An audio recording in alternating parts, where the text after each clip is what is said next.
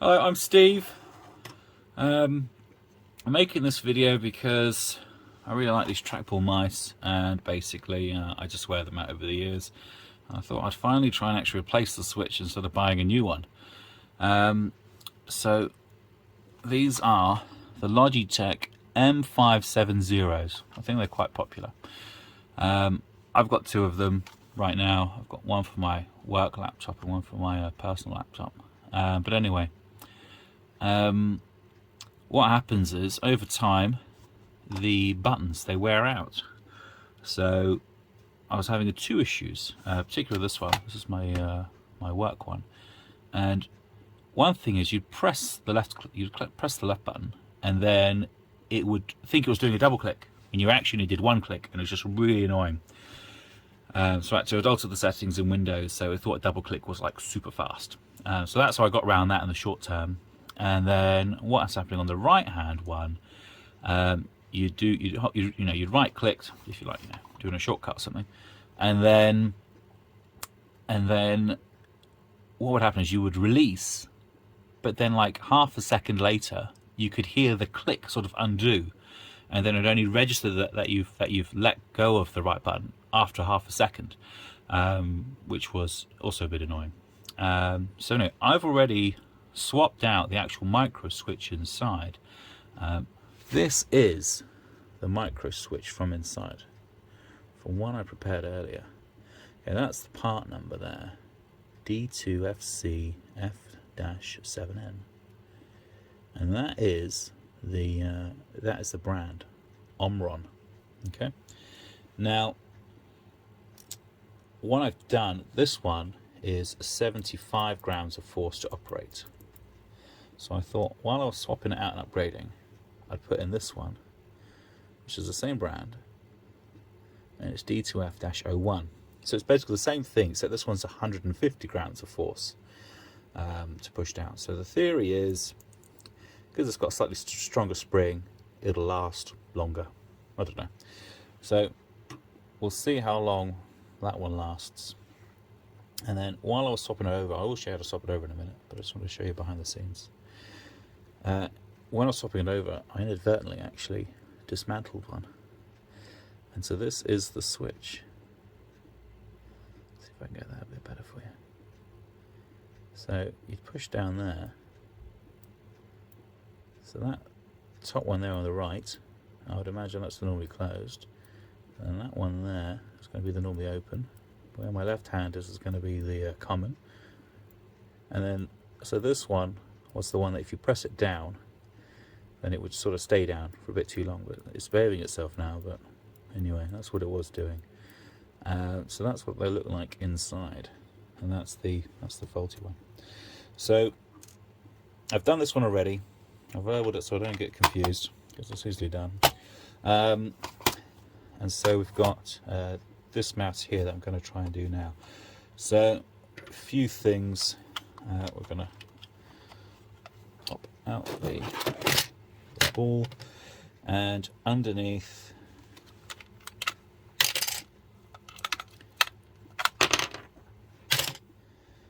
we've got a number of places where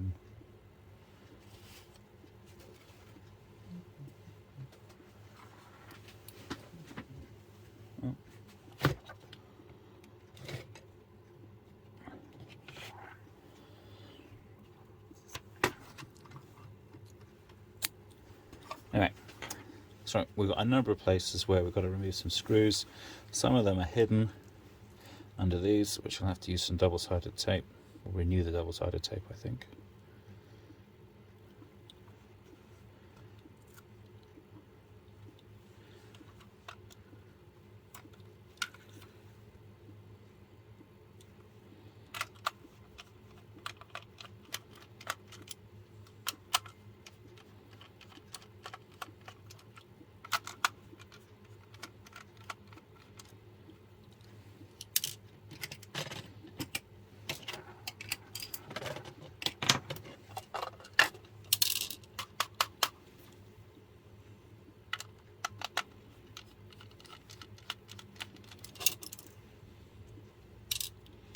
And there's one here.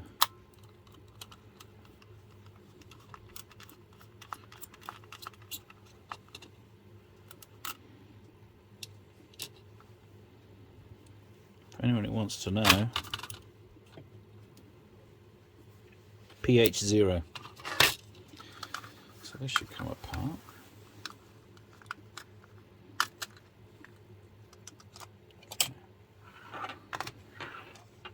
Okay, if you pull off by this ribbon cable, this little black retainer clip, pull that out. It should come out a couple of mil, and then the ribbon cable should come off. Keep that safe. Right, so what we got is a number of screws that want to come out. I think last time I did this I had to swap to an even smaller. I think that says J00. Anyway, these want to come out.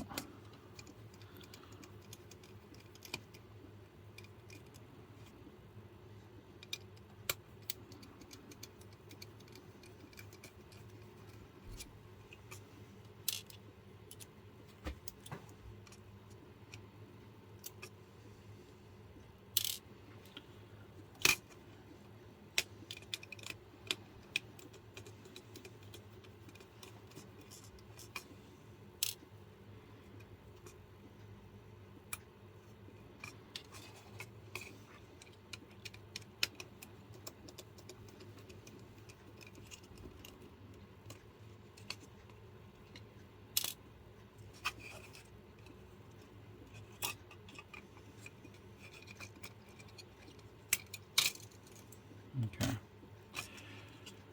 Right. One thing to mention, actually, on this one, there's nothing wrong with this mouse. I just thought I might as well do all of them while I was here and make a video about it. So we got, these are the prongs for the switches. The top one's a square, and I'm guessing that would have been the common. Yeah, that sort of makes sense, because then the switch would depress it. Oh.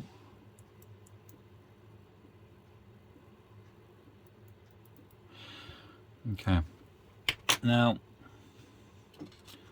I'm not going to profess to be the best at soldering, but to make my life a little bit easier, to take these off, because essentially we have to desolder this and then pull this thing out.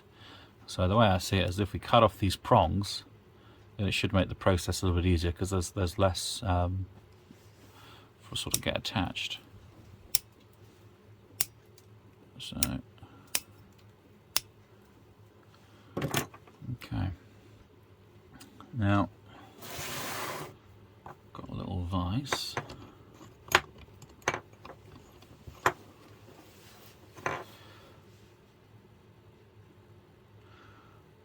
I'm sure there's lots of ways of doing this, but I'm just going to do this at a way that's at my skill set. So anyway, so what I'm going to do is just heat this up and just pull on them as I go. I do sort of think that it might be easier, as odd as it sounds, to put a bit more solder on it. And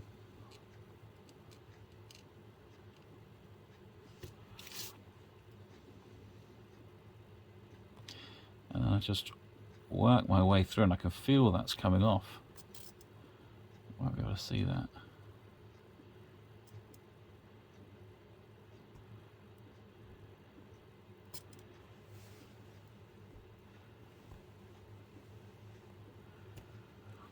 Okay, that came off with relative ease. Okay, now this is the part where I did struggle, admittedly. So let's try a few things. So I've got these little solder suckers. I didn't actually use this last time, but let's just give it a go.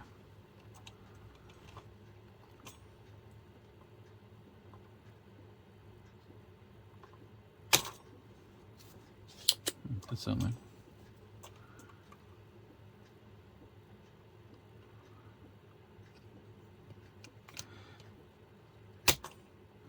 So ultimately what I'm trying to do is clear out those holes.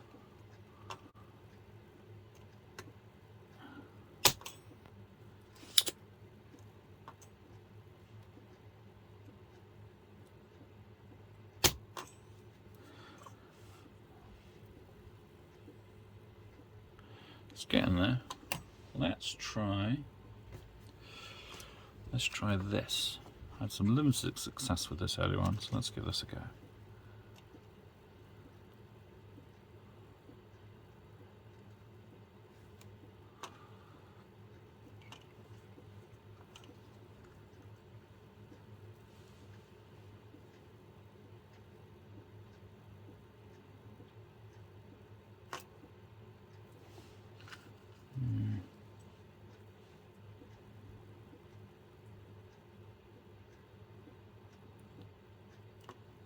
Oh, that worked. That worked nicely. Let's try that again.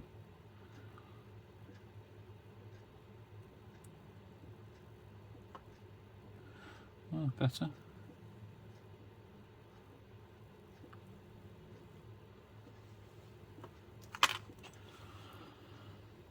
Right. Just about see through that. Not perfect, but not bad. I've actually got this tiny little drill bit set. I got off Amazon. It came with like a whole pack. And they're like going fractions of a millimetre or something. Anyway, so I figure I could probably use that just to clear out the hole a little bit.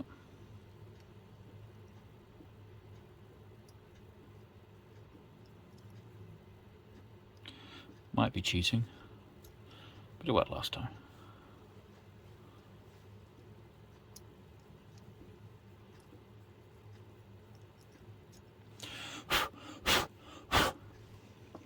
Okay. Right, get the right switch. That's the new one, the D2F-01, so that's 150 gram one. Switch pointing up. That should push through quite easily, and it does. That's handy. Right, let's see if I can do this one-handed or two-handed.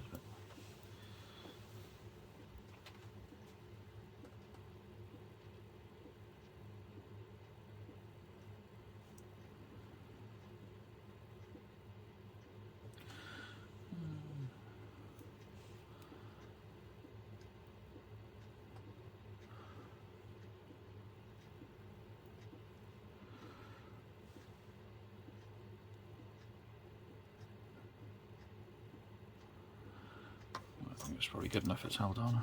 Just tidy that up a little bit.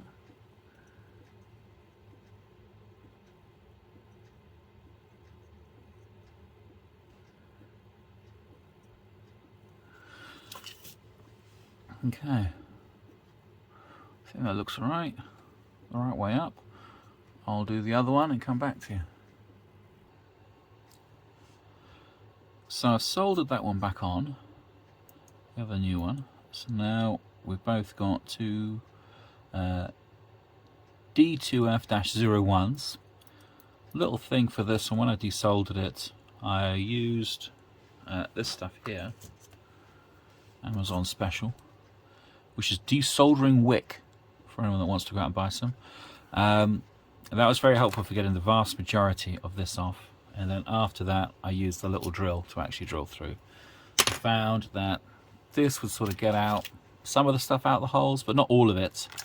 And the solder sucker, I don't know, maybe wasn't much use, to be honest.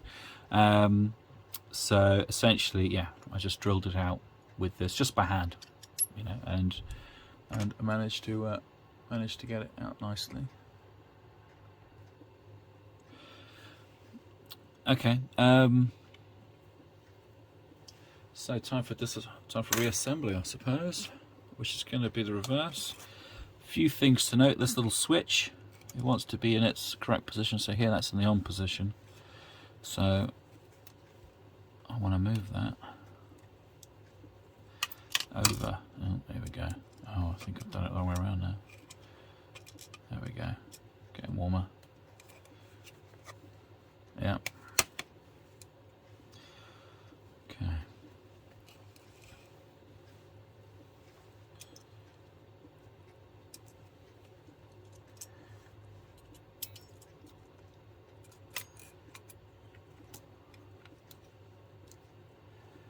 Looks pretty good.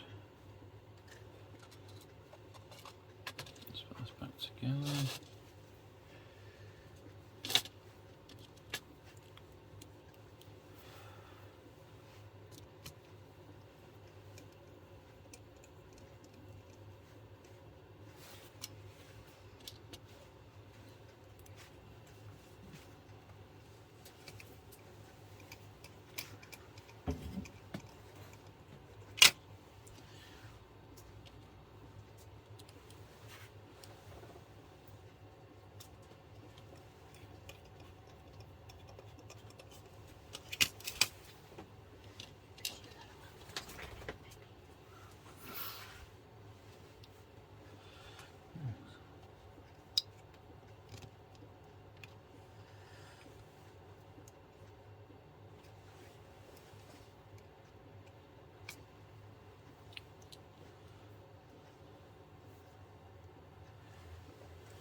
that's not one.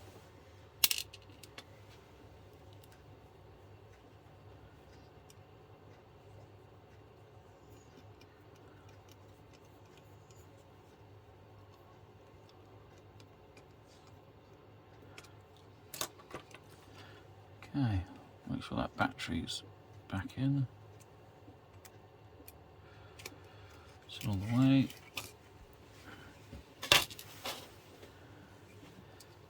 Yeah, the mouse. Little trackball holder. So, I want to make sure it goes in perfectly flat and it's not like at a strange angle like that. It wants to be. In fact, I don't think that's even in all the way currently. There we go, that feels better. Push it in. There we go. Align that. Probably now would be a good time if I were inclined to get some earbuds or something with some alcohol to clean the inside of that, but maybe another time.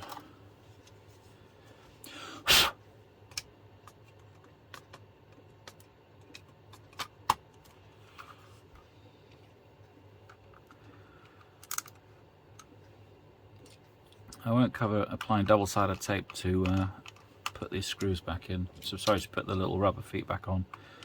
I'm sure you will be fine. Suppose we're almost there to give it a go.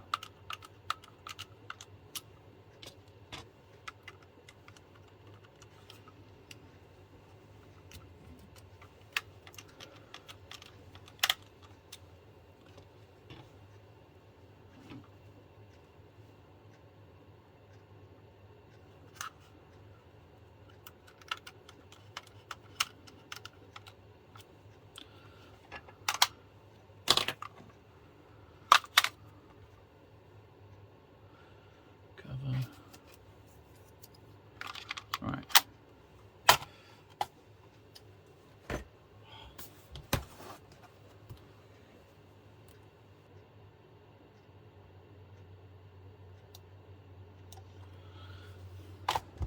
Right. There we go. So have a nice white mouse and a white background. Hopefully you can see that, but she works. Oh, my laptop died. Oh well. Hopefully you saw that. That was my very first YouTube video, so I hope you found it informative, and hopefully I'll make some more.